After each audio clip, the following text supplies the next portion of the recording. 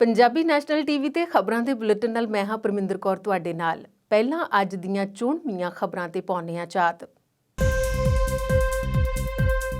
ਤਾਲਿਬਾਨ ਕੱਟੜਪੰਥੀਆਂ ਨੇ ਇਤਿਹਾਸਕ ਗੁਰਦੁਆਰਾ ਥੜਾ ਸਾਹਿਬ ਦੀ ਕੀਤੀ ਬੇਅਦਬੀ। ਸੁਪਰੀਮ ਕੋਰਟ ਵੱਲੋਂ ਦਖਲ ਦਿੱਤੇ ਜਾਣ ਤੋਂ ਬਾਅਦ ਪਾਕਿਸਤਾਨੀ ਪੁਲਿਸ ਨੇ ਕੀਤੀ ਕਾਰਵਾਈ। ਯੂਥ ਅਕਾਲੀ ਆਗੂ ਦਾ ਦਿਨ ਦਿਹਾੜੇ ਮੁਹਾਲੀ 'ਚ ਕਤਲ। ਹਰਿਦੁਆਰ ਮਹਾਕੁੰਭ ਦੌਰਾਨ ਕੋਰੋਨਾ ਘੁਟਾਲਾ ਸਾਹਮਣੇ ਆਇਆ। ਭਾਰਤ ਤੇ ਚੀਨ ਨੇ ਗੋਗਰਾ ਹਾਈਟਸ ਤੋਂ ਆਪਣੀਆਂ ਫੌਜਾਂ ਵਾਪਸ ਸੱਦੀਆਂ। ਤੇ ਹੁਣ ਖਬਰਾਂ ਦਾ ਵਿਸਥਾਰ ਤੇ ਕੁਝ ਹੋਰ ਖਬਰਾਂ। ਅਫਗਾਨਿਸਤਾਨ 'ਚ ਕੱਟੜਪੰਥੀਆਂ ਦੇ ਵੱਧਦੇ ਪ੍ਰਭਾਵ ਨਾਲ ਉੱਥੇ ਵਸਦੇ ਘੱਟ ਗਿਣਤੀ ਭਾਈਚਾਰਾ ਪੂਰੀ ਸਖਤੇ ਵਿੱਚ ਨੇ, ਕਿਉਂਕਿ ਅਫਗਾਨਿਸਤਾਨ ਦੇ ਕਸਬਾ ਖੇਲ ਬਾਬੂ ਚੱਕ ਮਾਨੀਆਂ 'ਚ ਸ੍ਰੀ ਗੁਰੂ ਨਾਨਕ ਦੇਵ ਜੀ ਦੀ ਚਰਨ ਛੋਹ ਪ੍ਰਾਪਤ ਇਤਿਹਾਸਕ ਗੁਰਦੁਆਰਾ ਥੜਾ ਸਾਹਿਬ ਵਿੱਚੋਂ ਤਾਲਿਬਾਨ ਕੱਟੜਪੰਥੀਆਂ ਨੇ ਨਿਸ਼ਾਨ ਸਾਹਿਬ ਉਤਾਰ ਕੇ ਉਸ ਦੀ ਬੇਅਦਬੀ ਕੀਤੀ ਹੈ। ਇਸ ਘਟਨਾ ਦੀ ਕਾਬੁਲ ਦੇ ਸਿੱਖ ਖਾਲਸਾ ਦੀਵਾਨ ਤੇ ਦੁਨੀਆ ਭਰ 'ਚ ਵਸਦੇ ਸਿੱਖ ਭਾਈਚਾਰੇ ਨੇ ਸਖਤ ਸ਼ਬਦਾਂ 'ਚ ਨਿਖੇਧੀ ਕੀਤੀ ਹੈ। ਉਨ੍ਹਾਂ ਦਾ ਆਖਣਾ ਹੈ ਕਿ ਮੁਲਕ ਦੇ ਮੌਜੂਦਾ ਹਾਲਾਤਾਂ ਵਿੱਚ ਤਾਲਿਬਾਨ ਦਾ ਦਬਦਬਾ ਵੱਧ ਰਿਹਾ ਹੈ ਤੇ ਘੱਟ ਗਿਣਤੀਆਂ ਦੇ ਧਾਰਮਿਕ ਸਥਾਨਾਂ ਨੂੰ ਨਿਸ਼ਾਨਾ ਬਣਾਇਆ ਜਾ ਰਿਹਾ ਹੈ। ਇਸ ਨਾਲ ਅਫਗਾਨਿਸਤਾਨ ਦੇ ਘੱਟ ਗਿਣਤੀ ਫਿਰਕਿਆਂ 'ਚ ਕਾਫੀ ਰੋਸ ਹੈ। ਉਨ੍ਹਾਂ ਦੱਸਿਆ ਕਿ ਵੈਸੇ 6 ਸਾਲ ਪਹਿਲਾਂ ਹੀ ਪੂਰੀ ਮਰਿਆਦਾ ਨਾਲ ਇਸ ਇਤਿਹਾਸਕ ਗੁਰਦੁਆਰਾ ਸਾਹਿਬ ਵਿੱਚੋਂ ਸ੍ਰੀ ਗੁਰੂ ਗ੍ਰੰਥ ਸਾਹਿਬ ਜੀ ਦਾ ਪ੍ਰਕਾਸ਼ ਕਾਬੁਲ ਸਥਿਤ ਗੁਰਦੁਆਰਾ ਸਾਹਿਬ ਵਿੱਚ ਕਰ ਦਿੱਤਾ ਗਿਆ ਸੀ। ਪਾਕਿਸਤਾਨ 'ਚ ਇੱਕ ਹਿੰਦੂ ਮੰਦਰ ਤੇ ਹਮਲੇ ਦੇ ਮਾਮਲੇ 'ਚ ਸੁਪਰੀਮ ਕੋਰਟ ਵੱਲੋਂ ਦਖਲ ਦਿੱਤੇ ਜਾਣ ਤੋਂ ਬਾਅਦ ਪੁਲਿਸ ਨੇ ਇਸ ਮਾਮਲੇ 'ਚ ਕਾਰਵਾਈ ਕਰਦਿਆਂ 20 ਲੋਕਾਂ ਨੂੰ ਗ੍ਰਿਫਤਾਰ ਕਰ ਲਿਆ ਤੇ 150 ਤੋਂ ਜ਼ਿਆਦਾ ਲੋਕਾਂ ਖਿਲਾਫ ਮਾਮਲਾ ਦਰਜ ਕੀਤਾ ਗਿਆ ਹੈ। ਅਦਾਲਤ ਨੇ ਮੁਲਜ਼ਮਾਂ ਨੂੰ ਗ੍ਰਿਫਤਾਰ ਕਰਨ ਦਾ ਹੁਕਮ ਦਿੱਤਾ ਤੇ ਆਖਿਆ ਕਿ ਇਸ ਮਾਮਲੇ ਨਾਲ ਅੰਤਰਰਾਸ਼ਟਰੀ ਮੰਚ ਤੇ ਦੇਸ਼ ਦਾ ਅਕਸ ਖਰਾਬ ਹੋ ਰਿਹਾ ਹੈ।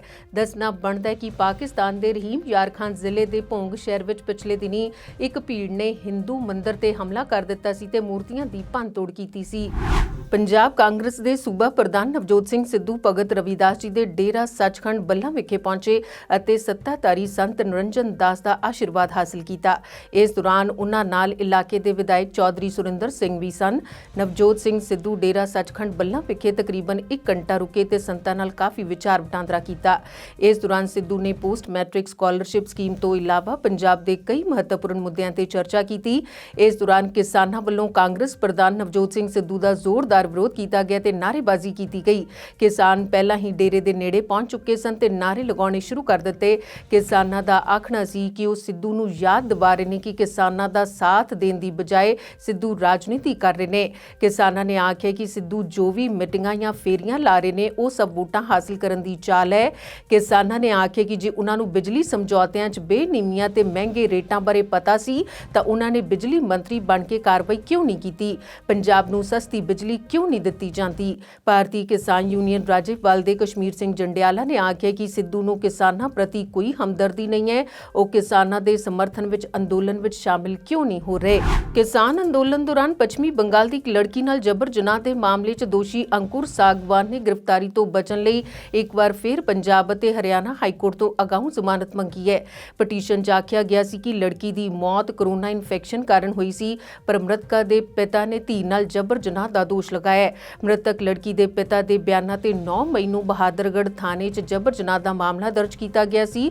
ਹੁਣ ਇਸ ਮਾਮਲੇ 'ਚ ਹਾਈ ਕੋਰਟ ਨੇ 19 ਅਗਸਤ ਦੀ ਸੁਣਵਾਈ ਤੈਅ ਕਰਦਿਆਂ ਇਸ ਮਾਮਲੇ ਤੇ ਹਰਿਆਣਾ ਸਰਕਾਰ ਤੋਂ ਜਵਾਬ ਮੰਗਿਆ। ਇਸ ਤੋਂ ਪਹਿਲਾਂ 29 ਜੂਨ ਨੂੰ ਹਾਈ ਕੋਰਟ ਨੇ ਅੰਕੁਰ ਦੀ ਅਗਾਊਂ ਜ਼ਮਾਨਤ ਪਟੀਸ਼ਨ ਰੱਦ ਕਰ ਦਿੱਤੀ ਸੀ। ਦੱਸ ਦਈਏ ਕਿ ਇਸ ਮਾਮਲੇ 'ਚ ਦੋਸ਼ੀ ਅਨਲ ਮਲਿਕ ਨੇ ਪੁਲਿਸ ਰਿਮਾਂਡ ਦੌਰਾਨ ਖੁਲਾਸਾ ਕੀਤਾ ਸੀ ਕਿ ਉਸਨੇ ਜਬਰ ਜਨਾਹ ਦਾ ਵੀਡੀਓ ਬਣਾ ਕੇ ਪੀੜਤਾਂ ਨੂੰ ਬਲੈਕਮੇਲ ਕੀਤਾ ਸੀ। ਦੱਸਣਾ ਬਣਦਾ ਹੈ ਕਿ ਕਥਿਤ ਦੋਸ਼ੀ ਕਿਸਾਨ ਸੋਸ਼ਲ ਆਰਮੀ ਬਣਾ ਕੇ ਕਿਸਾਨ ਅੰਦੋਲਨ ਵਿੱਚ ਸਰਗਰਮ ਸਨ। ਮੁਹਾਲੀ ਦੇ ਸੈਕਟਰ 71 ਮੋਟੌਰ 'ਚ ਦਿਨ ਦਿਹਾੜੇ 2 ਬਦਮਾਸ਼ਾਂ ਨੇ ਇੱਕ ਨੌਜਵਾਨ ਤੇ ਅੰਨ੍ਹੇਵਾਹ ਫਾਇਰਿੰਗ ਕਰ ਦਿੱਤੀ। ਦੋਵੇਂ ਮੁਲਜ਼ਮ ਇੱਕ ਕਾਰ 'ਚ ਸਵਾਰ ਹੋ ਕੇ ਆਏ ਸਨ। ਰਾਹਗੀਰਾਂ ਮੁਤਾਬਿਕ ਮੁਲਜ਼ਮਾਂ ਨੇ ਨੌਜਵਾਨ ਤੇ ਇੱਕ ਤੋਂ ਬਾਅਦ 15 ਤੋਂ 16 ਫਾਇਰ ਕੀਤੇ। ਨੌਜਵਾਨ ਨੂੰ 6 ਤੋਂ 7 ਗੋਲੀਆਂ ਲੱਗੀਆਂ ਦੱਸੀਆਂ ਜਾਂਦੀਆਂ ਨੇ, ਜਿਸ ਕਾਰਨ ਉਸ ਦੀ ਥਾਂ ਹੀ ਮੌਤ ਹੋ ਗਈ। ਮ੍ਰਿਤਕ ਦੀ ਪਛਾਣ ਅਕਾਲੀ ਲੀਡਰ ਅਜੇਪਾਲ ਮਿੱਡੂ ਖੇੜਾ ਦੇ ਭਰਾ ਵਿੱਕੀ ਮਿੱਡੂ ਖੇੜਾ ਵਜੋਂ ਦੱਸੀ ਗਈ ਹੈ, ਜੋ ਯੂਥ ਅਕਾਲੀ ਆਗੂ ਹੈ। ਘਟਨਾ ਦੀ ਸੂਚਨਾ ਮਿਲਦਿਆਂ ਹੀ ਮੋਟੌਰ ਥਾਣਾ ਪੁਲਿਸ ਨੇ ਮੌਕੇ ਤੇ ਪਹੁੰਚ ਕੇ ਘਟਨਾ ਵਾਲੇ ਥਾਂ ਤੋਂ ਗੋਲੀਆਂ ਦੇ ਖੋਲ ਵੀ ਬਰਾਮਦ ਕਰ ਲਏ ਨੇ। ਮੁੱਢਲੀ ਜਾਣਕਾਰੀ ਮੁਤਾਬਿਕ ਮਾਮਲਾ ਕਾਲਜ ਰਾਜਨੀਤੀ 'ਚ ਪੁਰਾਣੀ ਰੰਜਿਸ਼ ਨਾਲ ਜੁੜਿਆ ਹੋਇਆ ਦੱਸਿਆ ਜਾ ਰਿਹਾ ਹੈ।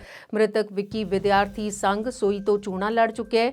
ਬਦਮਾਸ਼ਾਂ ਦੀ ਫਾਇਰਿੰਗ ਤੋਂ ਬਚਣ ਲਈ ਵਿੱਕੀ ਨੇ ਮੌਕੇ ਤੋਂ ਭੱਜਣ ਦੀ ਕਾਫੀ ਕੋਸ਼ਿਸ਼ ਕੀਤੀ, ਪਰ ਮੁਲਜ਼ਮਾਂ ਨੇ ਉਸ ਦਾ ਕਰੀਬ 500 ਮੀਟਰ ਤੱਕ ਪਿੱਛਾ ਕਰਦਿਆਂ ਫਾਇਰਿੰਗ ਕਰਦੇ ਰਹੇ।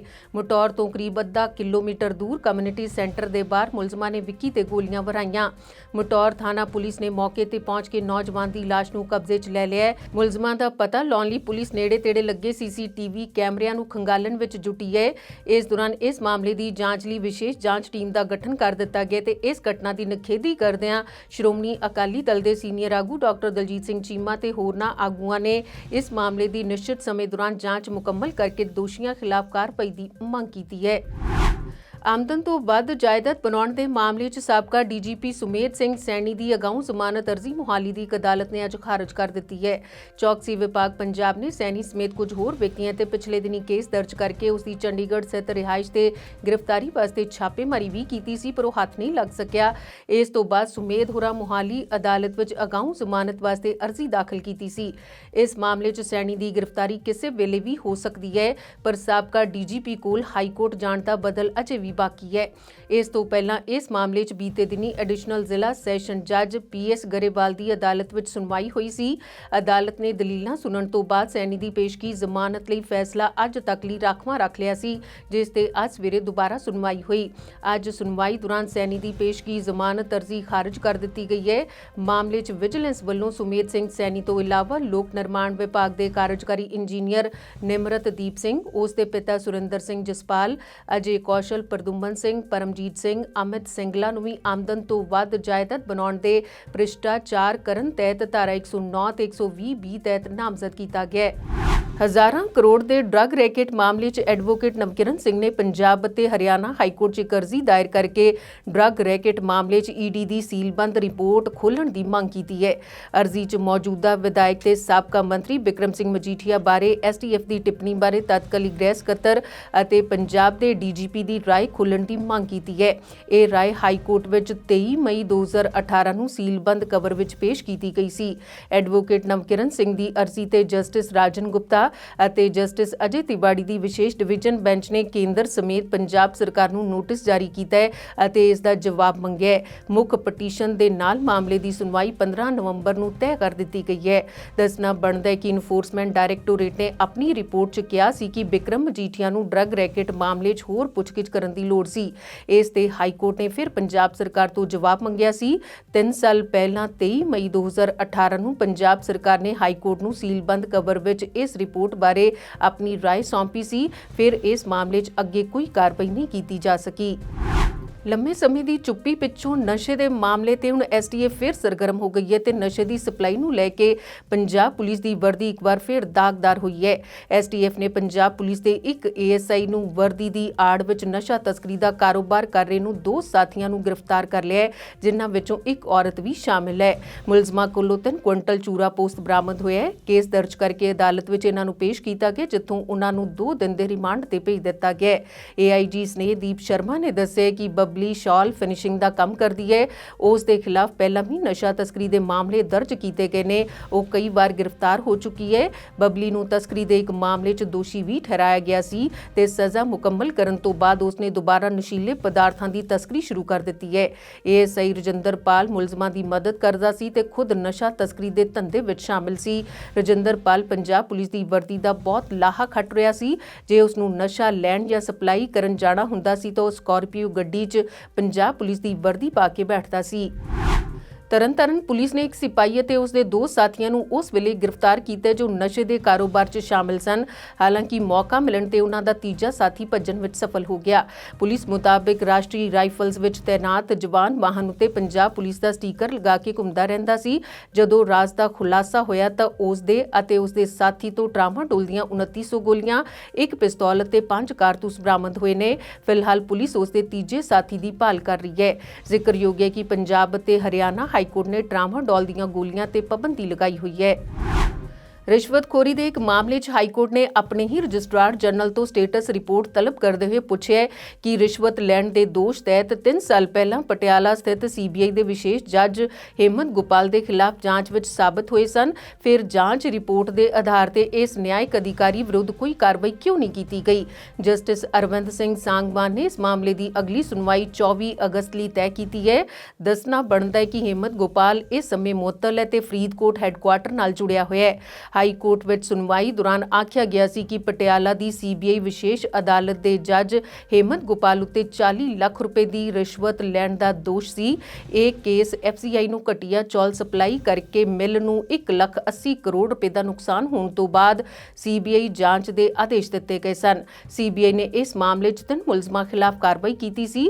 ਪਟਿਆਲਾ ਦੀ ਵਿਸ਼ੇਸ਼ ਸੀਬੀਆਈ ਅਦਾਲਤ ਤੇ ਸਾਬਕਾ ਵਿਧਾਇਕ ਮੰਗਤ ਰਾਏ ਅਤੇ ਕੁਲਵੰਤ ਰਾਏ ਨੂੰ ਇਸ ਮਾਮਲੇ 'ਚ 7 ਸਾਲ ਦੀ ਕੈਦ ਦੀ ਸਜ਼ਾ ਸੁਣਾਈ ਗਈ ਸੀ, ਜਦੋਂ ਕਿ ਇਸ ਕੇਸ ਦੇ ਤੀਜੇ ਦੋਸ਼ੀ ਪਰਮਿੰਦਰ ਸਿੰਘ ਨੂੰ ਬਰੀ ਕਰ ਦਿੱਤਾ ਗਿਆ ਸੀ। ਉਚੇਚੇ ਤੌਰ ਤੇ ਦੱਸਣਾ ਬਣਦਾ ਹੈ ਕਿ ਪਟੀਸ਼ਨ 'ਚ ਇਹ ਵੀ ਆਖਿਆ ਗਿਆ ਕਿ ਧੋਖਾਧੜੀ ਦੇ ਮਾਮਲੇ 'ਚ ਸਜ਼ਾ ਤੋਂ ਬਚਣ ਲਈ ਸਾਬਕਾ ਵਿਧਾਇਕ ਮੰਗਤ ਰਾਏ ਬਾਂਸਲ ਸਮੇਤ 3 ਦੋਸ਼ੀਆਂ ਨੇ ਐਡਵੋਕੇਟ ਸੁਸ਼ੀਲ ਕੁਮਾਰ ਦੀ ਮਦਦ ਨਾਲ ਵਿਸ਼ੇਸ਼ ਸੀਬੀਆਈ ਜੱਜ ਹਿੰਮਤ ਗੋਪਾਲ ਨਾਲ ਸੰਪਰਕ ਕੀਤਾ ਸੀ। ਰਿਹਾਈ ਦਾ ਸੌਦਾ 1 ਕਰੋੜ 20 ਲੱਖ ਰੁਪਏ 'ਚ ਤੈਅ ਹੋਇਆ ਸੀ। ਇਸ ਵਿੱਚੋਂ 40 ਲੱਖ ਰੁਪਏ ਦਾ ਭੁਗਤਾਨ ਕਰਨ ਤੋਂ ਬਾਅਦ ਸਾਬਕਾ ਕਾਂਗਰਸੀ ਵਿਧਾਇਕ ਅਤੇ ਇੱਕ ਹੋਰ ਮੁਲਜ਼ਮ ਨੇ ਹੋਰ ਰਕਮ ਦੇਣ ਤੋਂ ਇਨਕਾਰ ਕਰ ਦਿੱਤਾ ਸੀ, ਜਦੋਂ ਕਿ ਤੀਜੇ ਦੋਸ਼ੀ ਨੇ ਆਪਣੀ ਰਿਹਾਈ ਲਈ ਇਹ ਰਕਮ ਅਦਾ ਕਰਨ ਲਈ ਸਹਿਮਤੀ ਦੇ ਦਿੱਤੀ ਸੀ।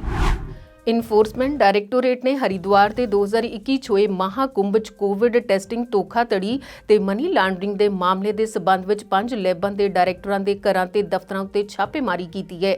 ਇਸ ਦੌਰਾਨ ਟੀਮ ਨੇ ਲੈਬ 'ਚ ਕਰੋਨਾ ਟੈਸਟ ਘੁਟਾਲੇ ਨਾਲ ਸੰਬੰਧਿਤ ਦਸਤਾਵੇਜ਼ਾਂ ਦੀ ਪੜਤਾਲ ਕੀਤੀ। ਇਸ ਦੇ ਨਾਲ ਹੀ ਟੈਸਟ ਕਰ ਰਹੀਆਂ 5 ਲੈਬਾਂ ਦੇ ਡਾਇਰੈਕਟਰਾਂ ਦੇ ਘਰਾਂ ਤੇ ਦਫ਼ਤਰਾਂ ਤੋਂ 30,90,000 ਰੁਪਏ ਜ਼ਬਤ ਕੀਤੇ ਨੇ। ਇਸ ਦੇ ਨਾਲ ਹੀ ਈਡੀ ਵਿਭਾਗ ਨੇ ਲੈਪਟਾਪ ਅਤੇ ਜਾਲੀ ਬਿੱਲ ਵੀ ਜ਼ਬਤ ਕੀਤੇ ਨੇ। ਟੀਮ ਨੇ ਦੇਹਰਾਦੂਨ, ਹਰਿਦੁਆਰ, ਦਿੱਲੀ, ਨੋਇਡਾ ਤੇ ਹਿਸਾਰ ਦੀਆਂ ਕਈ ਲੈਬਾਂ ਵਿੱਚ ਵੀ ਛਾਪੇਮਾਰੀ ਕੀਤੀ ਹੈ। ਇਨਫੋਰਸਮੈਂਟ ਡਾਇਰੈਕਟੋਰੇਟ ਨੇ ਇਹ ਕਾਰਵਾਈ ਉੱਤਰਾਖੰਡ ਪੁਲਿਸ ਵੱਲੋਂ ਮਾਮਲੇ 'ਚ ਦਰਜ ਐਫਆਈਆਰ ਦੇ ਆਧਾਰ ਤੇ ਕੀਤੀ ਗਈ ਹੈ।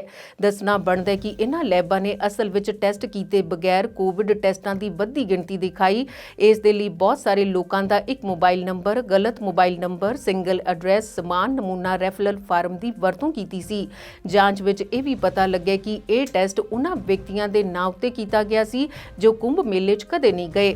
SIT ਨੇ ਨੈਨੀਤਾਲ ਤੋਂ ਨੋਇਡਾ ਤੱਕ ਵੀ ਛਾਪੇਮਾਰੀ ਕੀਤੀ ਹੈ ਤੇ ਇਸ ਮਾਮਲੇ 'ਚ ਕਥਿਤ ਇੱਕ ਦੋਸ਼ੀ ਆਸ਼ੀਸ਼ ਵਸ਼ਿਸ਼ਟ ਨੂੰ ਪਹਿਲਾਂ ਹੀ ਗ੍ਰਿਫਤਾਰ ਕੀਤਾ ਜਾ ਚੁੱਕਾ ਹੈ। ਸਿੰਗਰ ਅਤੇ ਰੈਪਰ ਯੋਯੋ ਹਨੀ ਸਿੰਘ ਪਿਛਲੇ ਕੁਝ ਦਿਨਾਂ ਤੋਂ ਆਪਣੀ ਪਤਨੀ ਸ਼ਾਲੀਨੀ ਤਲਵਾੜ ਨਾਲ ਅਣਬਣ ਕਾਰਨ ਸੁਰਖੀਆਂ 'ਚ ਬਣੇ ਹੋਏ ਨੇ। ਪਤਨੀ ਸ਼ਾਲੀਨੀ ਨੇ ਹਨੀ ਸਿੰਘ ਤੇ ਉਹਨਾਂ ਦੇ ਪਰਿਵਾਰ ਤੇ ਕਈ ਗੰਭੀਰ ਦੋਸ਼ ਲਗਾਏ ਨੇ।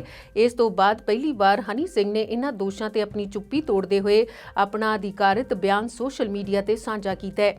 ਹਨੀ ਸਿੰਘ ਨੇ ਲਿਖਿਆ ਕਿ ਆਪਣੀ 20 ਸਾਲ ਦੇ ਸਾਥ ਤੋਂ ਬਾਅਦ ਪਤਨੀ ਸ਼ਾਲੀਨੀ ਤਲਵਾੜ ਵੱਲੋਂ ਉਸ ਤੇ ਅਤੇ ਪਰਿਵਾਰ ਉੱਪਰ ਲਗਾਏ ਗਏ ਝੂਠੇ ਦੋਸ਼ਾਂ ਤੋਂ ਬਹੁਤ ਦੁਖੀ ਹਾਂ। ਗਾਣਿਆਂ ਦੀ ਆਲੋਚਨਾ, ਸਿਹਤ ਸੰਬੰਧੀ ਕਿਆਫੇ ਤੇ ਨੈਗੇਟਿਵ ਮੀਡੀਆ ਕਵਰੇਜ ਦੇ ਬਾਵਜੂਦ ਉਹਨਾਂ ਨੇ ਆਖਿਆ ਕਿ ਕਦੀ ਵੀ ਜਨਤਕ ਬਿਆਨ ਜਾਂ ਪ੍ਰੈਸ ਨੋਟ ਜਾਰੀ ਨਹੀਂ ਕੀਤਾ, ਪਰ ਇਸ ਵਾਰ ਮੈਨੂੰ ਇਸ ਮਾਮਲੇ ਤੇ ਚੁੱਪ ਧਾਰਨੀ ਠੀਕ ਨਹੀਂ ਲੱਗੀ ਕਿਉਂਕਿ ਕੁਝ ਦੋਸ਼ ਮੇਰੇ ਪਰਿਵਾਰ, ਮੇਰੇ ਬਜ਼ੁਰਗ ਮਾਤਾ ਪਿਤਾ ਤੇ ਛੋਟੀ ਭੈਣ ਤੇ ਲਗਾਏ ਗਏ ਨੇ, ਜਿਹੜੇ ਮੁਸ਼ਕਿਲ ਸਮੇਂ ਦੌਰਾਨ ਮੇਰੇ ਨਾਲ ਖੜੇ ਰਹੇ। ਇਸ ਲਈ ਇਸ ਇੰਡਸਟਰੀ 'ਚ 15 ਸਾਲਾਂ ਤੋਂ ਜ਼ਿਆਦਾ ਸਮੇਂ ਤੋਂ ਜੁੜਿਆ ਹੋਇਆ ਹਾਂ ਤੇ ਦੇਸ਼ ਭਰ ਦੇ ਕਲਾਕਾਰਾਂ ਤੇ ਸੰਗੀਤਕਾਰਾਂ ਨਾਲ ਕੰਮ ਕੀਤਾ ਹੈ। ਮੇਰੀ ਪਤਨੀ ਦੇ ਨਾਲ ਮੇਰੇ ਰਿਸ਼ਤੇ ਤੋਂ ਹਰ ਕੋਈ ਚੰਗੀ ਤਰ੍ਹਾਂ ਵਾਕਿਫ ਹੈ, ਜੋ ਇੱਕ ਦਹਾਕੇ ਤੋਂ ਵੀ ਜ਼ਿਆਦਾ ਸਮੇਂ ਤੋਂ ਮੇਰੇ ਕਰੂ ਦਾ ਅਟੁੱਟ ਹਿੱਸਾ ਰਹੀ ਹੈ ਤੇ ਹਮੇਸ਼ਾ ਮੇਰੇ ਨਾਲ ਸ਼ੂਟਿੰਗ, ਇਵੈਂਟਸ ਤੇ ਮੀਟਿੰਗਾਂ ਵਿੱਚ ਵੀ ਜਾਂਦੀ ਰਹੀ ਹੈ। ਇਸ ਤੋਂ ਬਾਅਦ ਹਨੀ ਸਿੰਘ ਨੇ ਆਪਣੇ ਤੇ ਲੱਗੇ ਸਾਰੇ ਦੋਸ਼ਾਂ ਦਾ ਪੂਰੀ ਤਰ੍ਹਾਂ ਨਾਲ ਖੰਡਨ ਕੀਤਾ ਹੈ, ਪਰ ਅੱਗੇ ਕੋਈ ਟਿੱਪਣੀ ਨਹੀਂ ਕੀਤੀ ਕਿਉਂਕਿ ਮਾਮਲਾ ਅਦਾਲਤ ਵਿੱਚ ਵਿਚਾਰ ਅਧੀਨ ਹੈ। ਹਨੀ ਨੇ ਆਖਿਆ ਕਿ ਮੈਨੂੰ ਦੇਸ਼ ਦੀ ਨਿਆਂ ਵਿਵਸਥਾ ਤੇ ਪੂਰਾ ਯਕੀਨ ਹੈ ਤੇ ਵਿਸ਼ਵਾਸ ਹੈ ਕਿ ਸੱਚਾਈ ਛੇਤੀ ਹੀ ਸਾਹਮਣੇ ਆ ਜਾਵੇਗੀ। ਅਭਿਨੇਤਰੀ ਸ਼ਿਲਪਾ ਸ਼ੈੱਟੀ ਦੇ ਪਤੀ ਰਾਜ ਕੁੰਦਰਾ ਨੂੰ ਇੱਕ ਵਾਰ ਫੇਰ ਅਦਾਲਤ ਤੋਂ ਕੋਈ ਰਾਹਤ ਨਹੀਂ ਮਿਲੀ ਤੇ ਬੰਬੇ ਹਾਈ ਕੋਰਟ ਨੇ ਰਾਜ ਕੁੰਦਰਾ ਦੀ ਉਸ ਪਟੀਸ਼ਨ ਨੂੰ ਖਾਰਜ ਕਰ ਦਿੱਤਾ ਜਿਸ ਵਿੱਚ ਉਹਨਾਂ ਮੁੰਬਈ ਪੁਲਿਸ ਵੱਲੋਂ ਆਪਣੀ ਗ੍ਰਿਫਤਾਰੀ ਨੂੰ ਗੈਰ ਕਾਨੂੰਨੀ ਦੱਸ ਕੇ ਚੁਣੌਤੀ ਦਿੱਤੀ ਸੀ। ਰਾਜ ਨੂੰ ਇਤਰਾਜ਼ਯੋਗ ਫਿਲਮਾਂ ਬਣਾਉਣ ਦੇ ਦੋਸ਼ 'ਚ ਮੁੰਬਈ ਪੁਲਿਸ ਦੀ ਕ੍ਰਾਈਮ ਬ੍ਰਾਂਚ ਨੇ 19 ਜੁਲਾਈ ਨੂੰ ਗ੍ਰਿਫਤਾਰ ਕੀਤਾ ਸੀ। ਜਸਟਿਸ ਗਡਕਰੀ ਨੇ ਆਖਿਆ ਕਿ ਮੈਟਰੋਪੋਲੀਟਨ ਮੈਜਿਸਟ੍ਰੇਟ ਵੱਲੋਂ ਹਿਰਾਸਤ ਵਿੱਚ ਰਿਮਾਂਡ ਕਾਨੂੰਨ ਅਨੁਸਾਰ ਹੈ ਤੇ ਇਸ ਵਿੱਚ ਕਿਸੇ ਦਖਲ ਦੀ ਲੋੜ ਨਹੀਂ। ਜ਼ਿਕਰਯੋਗ ਹੈ ਕਿ ਅਦਾਲਤ ਨੇ ਜ਼ਮਾਨਤ ਤੇ ਬੀਤੇ ਦਿਨੀ ਰਾਜ ਕੁੰਦਰਾ ਦੇ ਵਕੀਲਾਂ ਦੀਆਂ ਦਲੀਲਾਂ ਸੁਣੀਆਂ ਸਨ।